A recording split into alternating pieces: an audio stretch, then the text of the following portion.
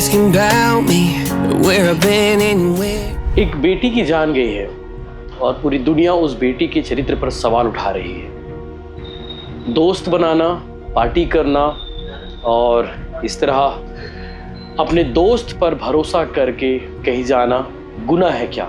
ये मैं आप सबसे सवाल कर रहा हूँ। नहीं तो सिर्फ दिखाने के लिए गिरफ्तार किया। वो 3 आरोपी ही नहीं हैं, उसके साथ और बाकी लोग जो 8 लोग पुलिस गिना रहे हैं, तो उस हिसाब से 5 लोग अभी मिसिंग हैं।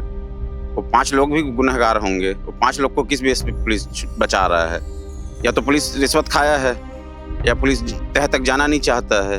ये सबसे बड़ा सवाल है कि आखिर उसकी मौत हुई तो हुई कैसे? अभी तक पोस्टमार्टम रिपोर्ट की क्लियर रिपोर्ट नहीं आई है। सवाल परिवार वाले लगातार उठा रहे हैं। युवती के परिवार वाले ये कह रहे हैं पुलिस की जांच पर उन्हें भरोसा नहीं है। वो कह रहे हैं कि पुलिस मामले में रायपुर के वो 3 लड़कों को बचा रही है और भिलाई की वो एक लड़की जो उसके साथ गई थी, जिसने फोन किया था युवती को कि चलो रायपुर चलते हैं।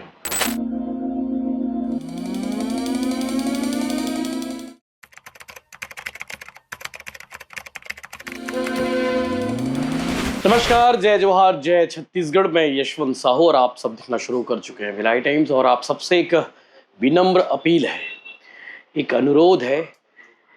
एक बेटी की जान गई है और पूरी दुनिया उस बेटी के चरित्र पर सवाल उठा रही है। दोस्त बनाना, पार्टी करना और इस तरह अपने दोस्त पर भरोसा करके कहीं जाना गुनाह है क्या? ये मैं आप सबसे सवाल कर रहा हूँ। रिसोर्ट में जो हुआ मनगटा के, बिल्कुल गलत हुआ, नहीं होना चाहिए था। किसी भी बेटी के साथ ये नहीं होना चाहिए था। लेकिन पूरी थ्योरी, पूरी कहानी जाने बगैर सिर्फ और सिर्फ लड़की को बदनाम करना, लड़की को गुनहगार बताना जो इस दुनिया में नहीं है, क्या ये सही है? सोशल मीडिया प्लेटफॉर्म पर भिलाई 3 की उस युवती को विलेन बना दिया गया है। अधिकांश लोग यही कह रहे हैं कि वो अपनी गलती की वजह से इस दुनिया से गई है, गलती की वजह से। अब उस लड़की को क्या पता था कि उसके साथ क्या होने वाला है, उसे क्या हो जाएगा, कि वो इस दुनिया में ही नहीं रहेगी? किसी को नहीं मालूम है। हम में से आपको भी नहीं मालूम है कि अगले 1 घंटे में, अगले 10 मिनट में, अगले दिन, अगली रात हम सबके साथ क्या हो जाएगा। लिखा होता है, हो जाता है। बस कुछ चीज़ें अपने हाथ में होती हैं। मैं मानता हूँ इस बात को कि हम कर्म ऐसे करते हैं कि उसका फल भी हमें मिलता है। लेकिन सोशल मीडिया पर जितने भी न्यूज़ अपलोड हो रहे हैं, जितने भी पोस्ट अपलोड हो रहे हैं, उसमें कमेंट लगातार उस लड़की के खिलाफ आ रहे हैं जो इस दुनिया में ही नहीं है।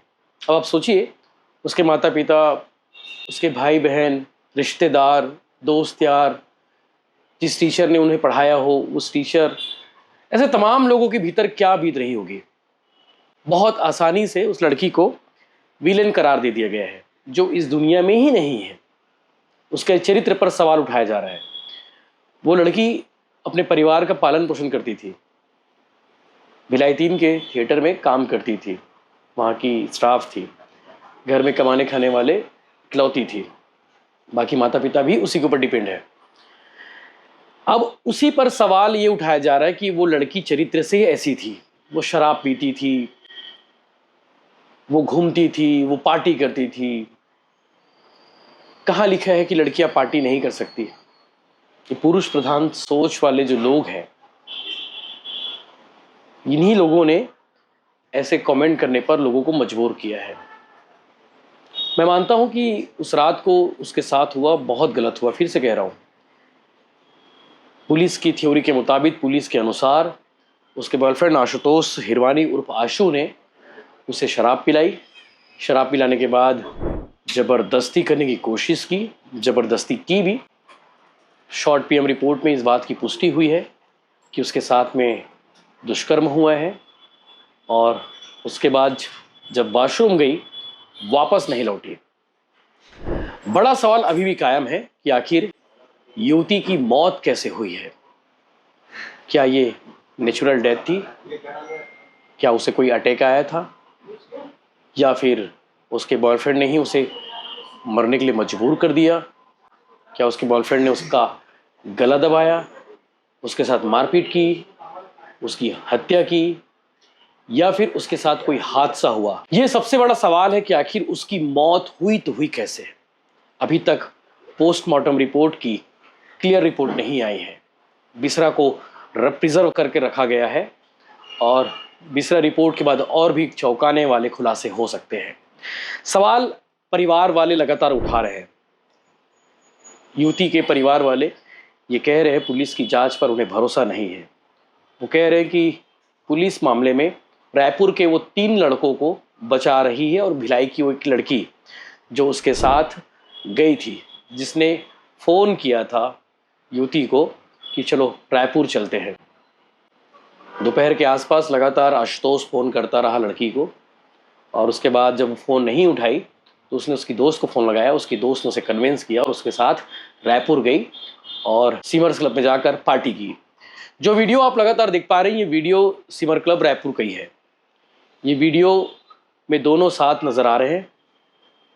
जो इस दुनिया में नहीं है वो युवती भी और उसके साथ उसका बॉयफ्रेंड आशुतोष। इस वीडियो को देखने से लगता है कि इन दोनों बहुत प्यार करते थे। आशुतोष के जानने वालों ने बताया और जो इस कपल को जानते थे कि 2.5-3 सालों से इनके बीच में रिलेशनशिप था और आशुतोष ने पूरी बात पुलिस को बताई है कि उसके साथ वो अब तक कहाँ कहाँ गए, क्या क्या कर चुके हैं, सब उसने बताया खुल के। आशुतोष के घर वाले भी पुलिस की जांच पर सवाल उठा रहे हैं। पीड़िता के घर वाले भी पुलिस की जांच पर सवाल उठा रहे हैं। बड़ा सवाल ये कि आखिर दोनों के घर वालों को पुलिस की जांच पर भरोसा क्यों नहीं।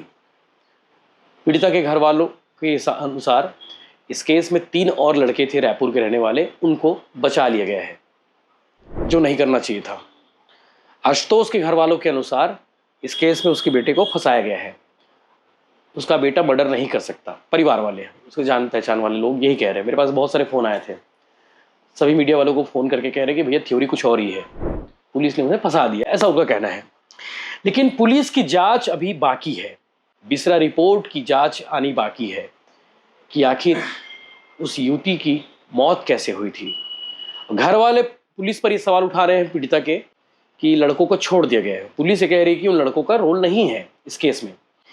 बाकी जो बचे 3 लड़के, घनश्याम बिलचंदन और छत्रपाल उर्फ बल्लू देशमुख। घनश्याम बिलचंदन जो है निकुम का रहने वाला है और छत्रपाल देशमुख टिणसर का रहने वाला है।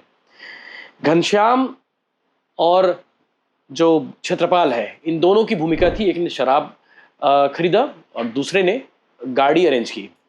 इस कृत्य को आशुतोष के साथ अंजाम देने में इन दोनों ने सहयोग किया, इसीलिए ये दोनों भी आरोपी बनाए गए हैं। सीसीटीवी फुटेज में साफ साफ नजर आ रहे हैं ये पूरे घटनाक्रम में कि किस तरह से ये इन्वॉल्व है। एक और बड़ा सवाल, शायद इस सवाल का जवाब आरोपियों ने दे दिया होगा। 35 किलोमीटर दूर है निकुम मनगटा रिसोर्ट से। जब लड़की बेसुध अवस्था में अचेत होकर बाथरूम में पड़ी हुई थी, तब उसे 35 किलोमीटर दूर अस्पताल क्यों लेकर गए, ये सबसे बड़ा सवाल है। हो सकता है कि घनश्याम बिलचंदन जो निकुम का रहने वाला है, उसका अस्पताल में जान पहचान होगी, उसने कहा होगा कि चलो जल्दी से इलाज वहीं करा लेते हैं। तो उस लड़की को, मुझे तो नहीं मालूम, पुलिस ने भी स्पष्ट नहीं किया है कि मनगटा में ही उसकी मौत हो चुकी थी या फिर रास्ते में उसकी मौत हुई है, ये स्पष्ट नहीं है।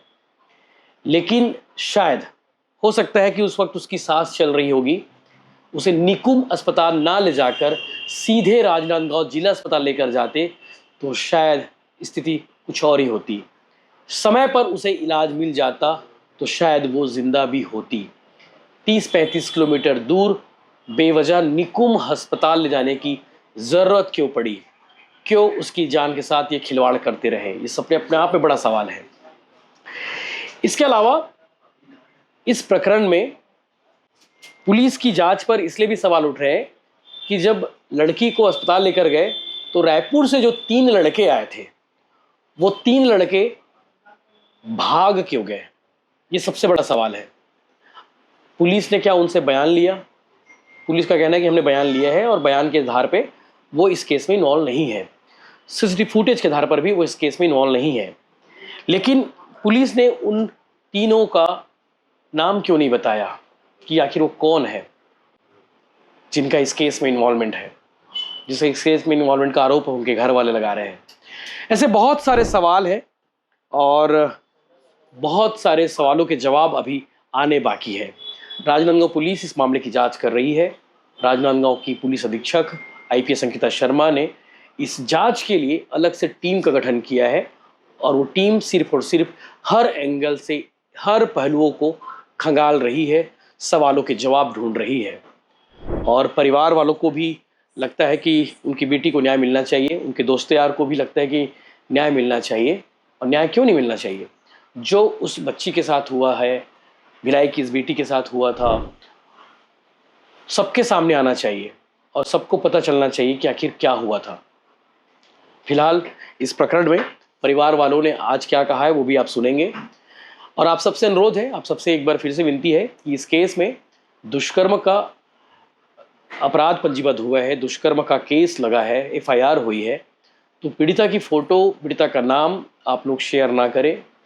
और लगातार ये मीडिया में देखने को मिल रहा था कि उसकी फ़ोटो अभी भी वायरल की जा रही है।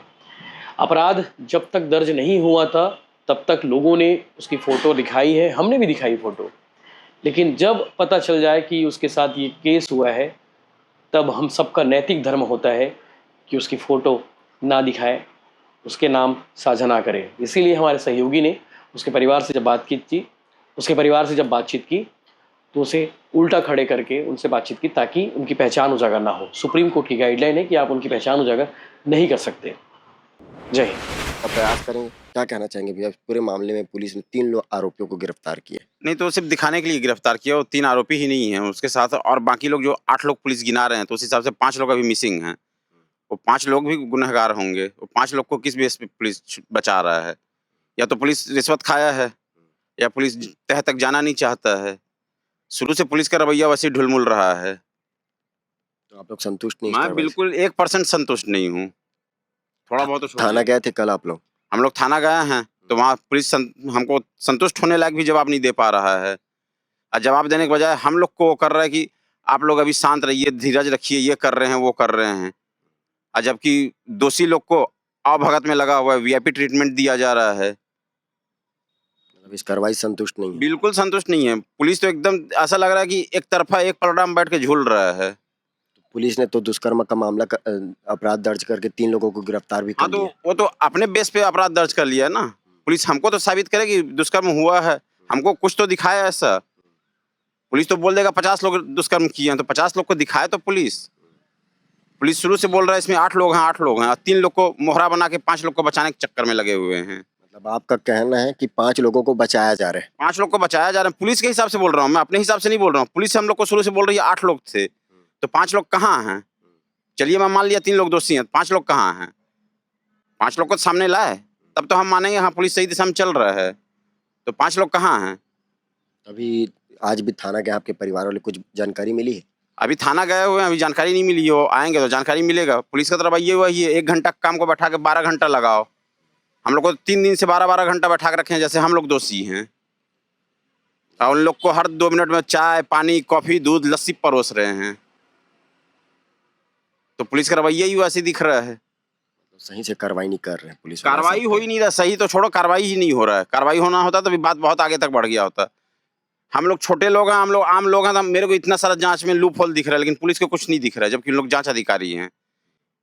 मेरे को तो शक हो रहा है उन लोग किस बेस पे पुलिस अधिकारी बन गए हैं, इस पे भी मेरे को शक हो रहा है। अब इतना छोटा छोटा बात को लूप होल बना के मामला क्लियर करने के चक्कर में लगे हुए हैं। मतलब बचा रहे हैं आप बोल रहे हैं? एकदम स्पष्ट दिख रहा है बचा रहे हैं। तो कोई किसी को भी पूछोगे तो बोलेगा बचा रहा है, किसी को भी पूछ लो। तो आपने सुना कि परिवार वाले क्या कह रहे हैं? परिवार वालों का ये आरोप है कि इस मामले में और लोगों की संलिप्तता है, लेकिन पुलिस वाले बचा रहे हैं।